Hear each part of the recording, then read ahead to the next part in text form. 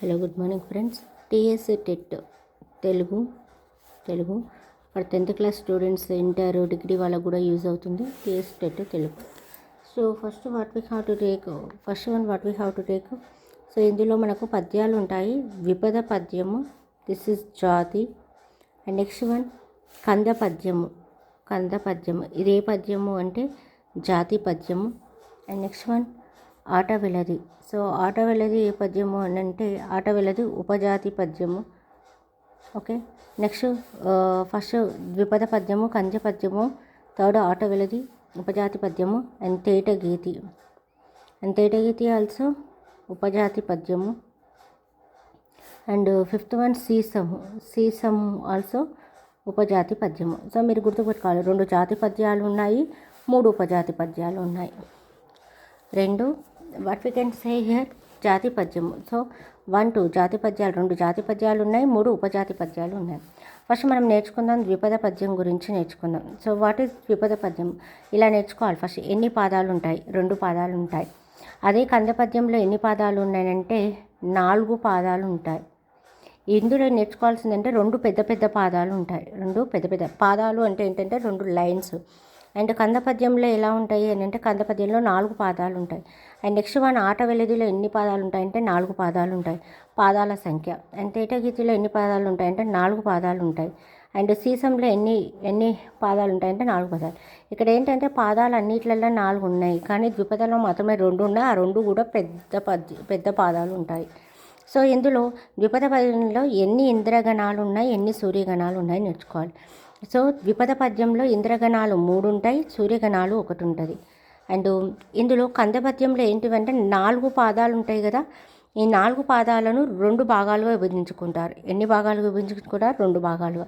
ఈ 2 భాగాల్లో 1 to 2 lines ఒక భాగము, 3 4 లైన్స్ మరొక భాగము. 1 to 2 లైన్స్ ఒక భాగము, 3 4 మరొక లైన్స్, 3 4 మరొక భాగము. 1వ భాగంలో 3 గణాలు ఉంటాయి, 2వ భాగంలో 5 గణాలు ఉంటాయి. ఓకేనా? ఇందులో ఎన్ని ఉంటాయంటే 3 గణాలు ఉంటాయి. ఇక్కడ ఎన్ని గణాలు ఉంటాయంటే 5 గణాలు ఉంటాయి. 5 గణాలు ఉంటాయి. సో ఇక్కడ మనం నేర్చుకోవాల్సింది ఏంటంటే కంద పద్యంలో, ద్విపద పద్యంలో 2 పెద్ద పెద్ద పాదాలు ఉంటాయి. ఈ 2 పెద్ద పెద్ద పాదాలు కూడా ఎలా ఉంటాయి అని అంటే 3 ఇంద్రగణాలు, 1 సూర్యగణం ఉంటుంది. మరి కంద పద్యంలో వాట్ ఐమ్ టెల్లింగ్ కంద పద్యము. సో కంద పద్యంలో ఎన్ని ఉంటాయంటే 2 భాగాలుగా విభజించారు. సో 2 భాగాలుగా విభజించినప్పుడు కంద పద్యంలో 1 2 పాదాలని ఒకటి రెండో పాదాలను ఒక భాగమని, 3 4 పాదాలన్నీ ఏమంటారు ఇంకొక భాగం అని అంటారు. సో ఇందులో మనం నేర్చుకోవాల్సింది ఏంటంటే ఇక్కడ మరి ఏంటివి 3 గణాలు సూర్యగణాలు, ఏవి చంద్రగణాలు నేర్చుకోవాలి. ఓకేనా? సో కంద పద్యము. సో ఇక్కడ కంద పద్యం గురించి నేను మళ్ళీ మీకు నీట్గా చెప్తాను. ఇక్కడ కొంచెం డిఫరెంట్గా ఉంటే ఇవి నీట్గా చెప్తాను నేను. Okay, clear? ఇక్కడ వరకు అయిపోయింది. Okay, clear. సో నెక్స్ట్ ఆట వెలది. సో ఆట వెలదిలో ఏంటిది అంటే 1, నెక్స్ట్ ఆట వెలది ఏముంటాయంటే 1 3 పాదాలలో సేమ్ ఉంటాయి. ఏముంటాయి? 3 సూర్యగణాలు ఉంటాయి, 2 ఇంద్రగణాలు ఉంటాయి. ఓకేనా? 2 4 పాదాలలో ఏముంటాయి అంటే 2 4 పాదాలు ఉంటాయి, 5 సూర్యగణాలు ఉంటాయి. గుర్తుపెట్టుకోవాలి మళ్ళొకసారి. ఆట వెలదిలో 1 3 పాదాలలో 3 పాదాలలో 3 సూర్యగణాలు, 2 ఇంద్రగణాలు ఉంటాయి. 2 4 పాదాలలో ఏముంటాయంటే 5 సూర్యగణాలు ఉంటాయి. అంటే ఒకటో లైన్లో మొత్తం ఎన్ని వస్తాయి? 3 సూర్యగణాలు వస్తాయి, 2 ఇంద్రగణాలు వస్తాయి, అట్లా. అండ్ తేటగీతికి సంబంధించి ఏమని చెప్తున్నా అంటే ఇక్కడ 1 సూర్యగణం ఉంటుంది, 2 ఇంద్రగణాలు ఉంటాయి, మళ్ళీ 2 సూర్యగణాలు రావాలి. అంటే ఒక పాదం, ఇప్పుడు మామూలుగా ఇట్లా ఒక పాదం ఉందనుకోండి, ఈ పాదంలో ఏం రావాలి? ఫస్ట్ మనకు 1 సూర్యగణం రావాలి, 2 ఇంద్రగణాలు రావాలి, మళ్ళీ 2 సూర్యగణాలు రావాలి తేటగీతిలో అయితే. అండ్ సీసంలో ఏముంటాయి అంటే 6 ఇంద్రగణాలు ఉంటాయి. నెక్స్ట్ సో పెద్ద పెద్ద పాదాలు ఇందులో ఉంటాయి. సీసంలో పెద్ద పెద్ద పాదాలు ఉంటాయి. సీసంలో 4 పెద్ద పెద్ద పాదాలు ఉంటాయి. ఆ పెద్ద పెద్ద పాదంలో 6 ఇంద్రగణాలు ఉంటాయి, 2 సూర్యగణాలు ఉంటాయి. మళ్ళొకసారి చెప్తున్నా, ద్విపద పద్యం, కంద పద్యం, ఆట వెలది, తేటగీతి. సీసం ఆట వెలదిలో 2 పాదాలు ఉంటాయి, 2 పాదాలు ఉంటాయి. ఒక లైన్లో 3 ఇంద్రగణాలు, 1 సూర్యగణం ఉంటాయి. దీనిలో 4 పాదాలు ఉంటాయి, దీనిలో 4 పాదాలు ఉంటాయి, దీనిలో 4 పాదాలు ఉంటాయి. బట్ సీసంలో 4 పాదాలు ఉంటాయి, కానీ పెద్ద పెద్దగా ఉంటాయి పాదాలు కూడా. పాదము అంటే లైన్స్. ఇక్కడ 4 పాదాలలో 2 భాగాలుగా విభజించారు. ఒకటవ భాగము ఒకటి 2 లైన్లను కలిపి ఒక భాగం అని, 3 4 లైన్లను కలిపి 4 పాదాలను కలిపి రెండవ భాగం అని అంటారు. 1 2 లైన్లలో మనకి ఏం రావాలంటే 3 గణాలు రావాలి, 5 గణాలు రావాలి. 3 4 పాదాల్లో 3 గణాలు 5 గణాలు రావాలి. So next ఆటవెల్లిది. ఆటవెల్లిదిలో ఎన్ని పాదాలు ఉండాలి? 4 పాదాలు ఉండాలి. 1 3 పాదాలలో ఎలా వస్తాయంటే 3 సూర్యగణాలు, 2 ఇంద్రగణాలు. అండ్ నెక్స్ట్ వన్ 2 4 లైన్లలో ఏ గణాలు వస్తుంటే ఓన్లీ సూర్యగణాలు వస్తాయి.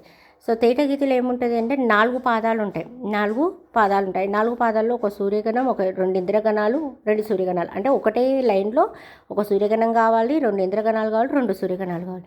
ఇవి పెద్ద పెద్ద లైన్లు ఉంటాయి కాబట్టి 6 ఇంద్రగణాలు, 2 సూర్యగణాలు ఉంటాయి. Okay, clear. ఇక్కడ వరకు అర్థమైంది అనుకుంటున్నా. నెక్స్ట్ ఏం చేయాలంటే వీటికి సంబంధించి ఇంకా కొంచెం ఎక్స్ట్రా చెప్దాం. ఇక్కడ వరకు ఓకే కదా. సో ఇందులో నేర్చుకోవాల్సింది ఏంటంటే మొదటి గణంలో మొదటి అక్షరం. సో ఏంటిదంటే ఇందులో ప్రాస నియమం, ఇది ప్రాస నియమం పాటిస్తుంది. ఏది పాటిస్తుంది? ద్విపద పద్యం ప్రాస నియమాన్ని పాటిస్తుంది. ఇక్కడ ప్రాస నియమం పాటించదు, ప్రాస నియమం ఉండదు. ఇక్కడ ప్రాస నియమం ఉండవచ్చు లేక ఉండకపోవచ్చు. ఇక్కడ ప్రాస నియమం ఉండదు, ప్రాస నియమం ఉండదు. ఓకే, ప్రాస నియమం ఉండదు. మళ్ళీ ఒకసారి చెప్తున్నా. ఇందులో ఏంటిది? ప్రాస నియమం పాటిస్తుంది. ఇందులో ప్రాస నియమం ఉండదు. ఆటవెల్లిదిలో గద్యపద్యం గురించి చెప్పట్లేదు. గద్యపద్యం గురించి ప్రత్యేకంగా ఒక క్లాస్ తీసుకుంటా. అండ్ తేటగీతిలో ఏముంటుంది ఏంటంటే ప్రాస నియమం ఉండొచ్చు, ఉండకపోవచ్చు. అండ్ సీసంలో ప్రాస నియమం ఉండదు. ఇవి నేర్చుకోవాలి. ఇంకొకటి ఇక్కడ నేర్చుకోవాల్సింది ఏంటంటే ఈ గణాలు అనేటివి, అక్షరాలు అనేటివి సేమ్ ఉంటాయి. ఎట్లా అంటే చెప్తా చూడండి. ఈ ద్విపద పద్యంలో ఏముంటుందంటే మనం ఎలా చెప్పొచ్చు అని అంటే మొదటి అక్షరం మూడవ గణంలో మొదటి అక్షరం, మూడవ గణంలో మొదటి అక్షరం. ఓకే, మూడవ గణంలో మొదటి అక్షరం. సో ఇక్కడ వరకు ఓకే. ఇక్కడ వరకు ఇలా చదువుకొని మళ్ళీ నేను సపరేట్గా ఒక వీడియో తీస్తాను. ఓకేనా. సో సపరేట్గా ఏమవుతుంది ఇప్పుడే చూద్దాం. మనం ఇలా నేర్చుకోవాలి. ఎలా అంటే ఇందాక నేను చెప్పినా కదా. సో ఇక్కడ వరకే అర్థమైంది అనుకుంటున్నా. ఇప్పుడు ఇది నేను నా ఓన్ నోట్స్ ఇందులో చూపిస్తున్నాను నేను ఒకసారి. సో కందపద్యం అనేది ఏంటిది? జాతి పద్యం. ఇందులో ఎన్ని పాదాలు ఉంటాయి? 4 పాదాలు ఉంటాయి. మొదటి 2 పాదాలు ఒక భాగం, చివరి పాదాలు మరొక భాగం. నేను చెప్పిన కదా, మొదటి పాదంలో 3 గణాలు, రెండవ పాదంలో 5 గణాలు వస్తాయి. 3వ పాదం, 4వ పాదం రెండవ భాగం. ఈ రెండవ భాగంలో 3 గణాలు, 5 గణాలు ఉంటాయి. ఇక్కడ వరకు చూడండి. ఫస్ట్ పాయింట్ ఏంటిది? గగనం, భగనం, జగనం, సగనం, నలము. గగనం, భగనం, జగనం, సగనం, నలము. ఇవి మాత్రమే రావాలి. మనం గణాలు తీసుకుంటున్నాం కదా, ఈ గణాల్లో కేవలం ఇవి మాత్రమే రావాలి. ఏవి? గగనం రావాలి, భగనం రావాలి, జగనం కావాలి, సగనం, నలం. ఇవి మాత్రమే రావాలి. ఇది మాత్రమే రావాలి. ఈ గణాలు మాత్రమే రావాలి. నెక్స్ట్ పద్యం పాదంలోని మొదటి అక్షరం లఘువు అయితే అన్ని పాదాలలో మొదటి అక్షరం లఘువే కావాలి. పద్యం పాదంలోని మొదటి అక్షరం. ఒకవేళ పద్యం తీసుకున్నాం, ఈ పద్యంలో ఇట్లా మామూలుగా ఇట్లా తీసుకున్నాం కదా, ఈ పద్యంలో ఒక లైన్లో మొదటి అక్షరం లఘువు అయితే అన్ని పాదాల్లో మొదటి అక్షరం లఘువే కావాలి. ఫర్ ఎగ్జాంపుల్ ఇక్కడ లఘువే కావాలి. ఒకవేళ గురువు అయితే గురువే కావాలి. చూడండి, ఇక్కడ మొదటి అక్షరం గురువు అయింది కాబట్టి అన్నింటికి కూడా ఏమైంది? మొదటి పాదంలో అన్ని లైన్లు కూడా గురువే అయినాయి. ఓకేనా. నెక్స్ట్ ప్రాస నియమం ఉంటుంది. ఇందాక చెప్పిన కదా, దీనికి ప్రాస నియమం ఉంటుంది. ఓకే. సో ఇక్కడ మనం చెప్పుకుంటుంది ఏంటంటే కందపద్యం గురించి చెప్తున్నాం కదా. సో రెండవ పాదంలోని చివరి అక్షరం గురువు కావాలి. కంపల్సరీ ప్రాస నియమం ఉంటుంది. రెండవ పాదంలో చివరి అక్షరం, ఇవి రూల్స్, కందపద్యం యొక్క రూల్స్. రెండవ పాదంలోని చివరి అక్షరం కంపల్సరీ గురువు కావాలి. అలాగే తప్పకుండా 4వ పాదంలోని చివరి అక్షరం గురువు కావాలి. చూడండి, రెండవ పాదంలో చివరి అక్షరం గురువు అయింది. 4వ పాదంలోని చివరి అక్షరం కూడా ఏం కావాలి? గురువు కావాలి. ఓకే. నెక్స్ట్ బేసి గణాలలో జగనం రాకూడదు. సరి గణాల్లో ఎక్కడైనా జగనం రావాలి. బేసి గణాలు అంటే ఏంటిదంటే ఇప్పుడు ఈ గణాలు ఉన్నాయి కదా, బేసి గణాలు. ఇప్పుడు ఇది ఒక గణం 1. బేసి గణాల్లో ఏమని చెప్తున్నారు? జగనం రాకూడదు. సో బేసి గణాలు అంటే ఇది ఒక గణం 1 2 3. సో 3 అంటే ఇట్లా 1 2 3. 1 అనేది బేసి, 3 అనేది బేసి, 4 అనేది సరి. సో అగైన్ బేసి, ఇట్లా బేసి నెంబర్లు ఇట్లా డివైడ్ చేసుకుంటే బేసి నెంబర్లు వస్తాయి కదా, ఆ బేసి గణాల్లో జగనం రాకూడదు.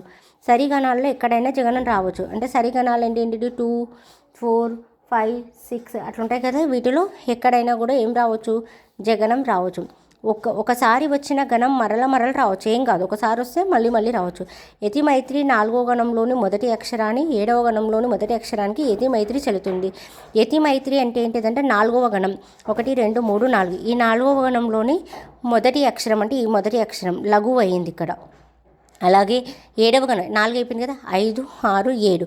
7వ గణంలోని మొదటి అక్షరం కూడా ఏం కావాలి అంటే సేమ్ కావాలి. చూడండి ఇక్కడ లఘువే వచ్చింది, ఇక్కడ కూడా ఏమొచ్చింది, లఘువే వచ్చింది. ఓకేనా. 7వ గణంలోని మొదటి అక్షరం మళ్ళొకసారి 1, 2, 3, 4. ఇది 4వ గణంలోని మొదటి అక్షరం లఘువు అయింది. అలాగే 4, 5, 6, 7. 7వలో కూడా లఘువే అయింది కదా, సో లఘువు. సో ఇది ఏంటిదంటే ఏంటిది బేసి గణాల్లో జగనం రాకూడదు, సరి గణాల్లో ఎక్కడైనా జగనం రావాలి. కానీ 6వ గణంలో మొదటి భాగంలోని 2వ భాగంలోని ఇక్కడ ఓకే యతి మైత్రి చెల్లుతుంది. Okay, clear. సో నెక్స్ట్ ప్రాస యతి చెల్లదు. మళ్ళొకసారి చెప్తున్నా, ఇందులో what we have to tell, ఇందులో 4 పాదాలు ఉంటాయి. మొదటి పాదాలు ఒక భాగము, చివరి పాదాలు మరొక భాగం. ఇందులో 4 పాదాలు ఉంటాయి. మొదటి 2 పాదాలు ఒక భాగం, 2 చివరి పదాలు మరొక భాగం. మొదటి పాదంలో ఏముండాలి, 3 గణాలు ఉండాలి. రెండవ పాదంలో 5 గణాలు ఉండాలి. రెండవ భాగంలో 3 పదాలు ఉండాలి. 3వ 4వ పదాన్ని రెండవ భాగం అంటారు. 3 గణాలు 5 గణాలు. సో ఇక్కడ సూర్యగణాల ఇంద్రగణాల కాదు, ఇక్కడ ఏంటివంటే సరి బేసి గణాల్లో ఏవి రావాలి, ఏ రాకూడదు. ఇప్పుడు ఇక్కడ ఏమిచ్చిండు అని అంటే గగనం, భగనం, జగనం, సగనం, నలం ఇవి మాత్రమే రావాలి. మళ్ళీ ఏంటిదంటే పద్యం పాదంలోని మొదటి అక్షరం లఘువు అయితే అన్ని పాదాల్లో మొదటి అక్షరం లఘువే కావాలి. పద్యం పాదంలోని మొదటి అక్షరం లఘువు అయితే అన్ని పాదాల్లో మొదటి అక్షరం కూడా ఏం కావాలి, లఘువే కావాలి. ఒకవేళ గురువు అయితే గురువే కావాలి. మొదటి అక్షరం గురువు అయింది, ఇక్కడ అన్ని గురువే ఉంటాయి. ఒకవేళ లఘువు వస్తే అన్నీ కూడా లఘువే వస్తాయి. ప్రాస నియమం ఉంటుంది. 2వ పాదంలోని చివరి అక్షరం గురువు కావాలి. అలాగే తప్పకుండా 4వ పాదంలోని గురువు కావాలి. ఈ కండిషన్స్.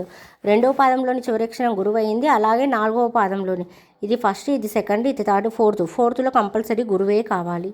నెక్స్ట్ బేసి గణాల్లో జగనం రాకూడదు. బేసి గణాలు ఏంటి డివైడ్ చేసుకుంటాం కదా, 1, 2, 3, 4. ఈ 4లో ఈ బేసి గణాలు అంటే ఏంటిది, ఇట్లా 1, 2, 3, 4 బేస్ నెంబర్ తెలుసు కదా, 1, 2, 3, 4, 5 ఇట్లా వస్తాయి కదా, 1వది, 3వది, 5వది ఇట్లా బేసిక్ నెంబర్స్ కదా. ఈ బేసి నెంబర్స్లో ఏం రాకూడదు అంటే జగనం రాకూడదు. కానీ సరి గణాలను జగనం రావచ్చు. ఒకసారి వచ్చిన గణం మరలా రావచ్చు, ఏం కాదు. యతి మైత్రి 4వ గణంలోని మొదటి అక్షరం, అలాగే 4వ గణంలోని మొదటి అక్షరం. నెక్స్ట్ 7వ గణంలోని మొదటి అక్షరానికి యతి మైత్రి చెల్లుతుంది. ఇది కందపద్యం. కందపద్యం గురించి చాలామంది చదవదు, డిఫికల్ట్గా ఉంటుంది. చూడండి, సో ఇలా నీట్గా రాసుకుంటే మీకు ఈజీ అవుతుంది. ఓకే, క్లియర్ ఇక్కడ వరకు. ఓకే, నెక్స్ట్ ఓకే ఇలా చెప్పిన నేను ఇందాక కొన్ని ఎక్స్ప్లెయిన్ చేసిన కదా, అందులో ఒకసారి చూద్దాం. ఇవి ఎగ్జాంపుల్స్ నా దగ్గర నేను నోట్స్ ప్రిపేర్ చేసుకున్న నోట్స్. ఇది ఇప్పుడు ఏంటిది మనము అంటే ఇక్కడ మీకు సీసం గురించి చెప్తా. ఇప్పుడు సీసం ఉపజాతి పద్యము. ఓకేనా, సీసము ఉపజాతి పద్యము. సీస పద్యంలోని 4 పెద్ద పాదాలు ఉంటాయి. ఎన్ని పాదాలు ఉంటాయంటే 4 పెద్ద పాదాలు ఉంటాయి. ప్రతి పాదంలో 6 ఇంద్రగణాలు, 2 సూర్యగణాలు ఉంటాయి. ప్రతి పాదంలో ఎన్ని గణాలు ఉంటాయి, 6 ఇంద్రగణాలు, 2 సూర్యగణాలు ఉంటాయి. మొదటి గణంలోని మొదటి అక్షరానికి 3వ గణంలోని మొదటి అక్షరానికి యతి మైత్రి చెల్లుతుంది. అంటే మొదటి గణంలోని మొదటి అక్షరం 5వ గణంలోని ఇక్కడ ఏంటిది మొదటి గణంలోని మొదటి అక్షరం యతి మైత్రి చెల్లుతుంది. మొదటి గణంలోని 3వ అక్షరం చూడండి, మొదటి గణం 1, 2, 3. ఈ మొదటి అక్షరం దా వచ్చింది కదా, అన్నింటికి కూడా దానే వస్తుంది. నేను ఇక్కడ రాలేదు, చూసుకుందాం ఒకసారి. ఓకేనా, క్లియర్. సో ఇలా నోట్స్ ప్రిపేర్ చేసుకుంటే మీకు ఈజీగా ఉంటుంది. సో నేను ఇలా షార్ట్కట్ కూడా రాసుకున్నాను ఇందాక మీకు చెప్పినా కదా, ఇలా. సో ఇలా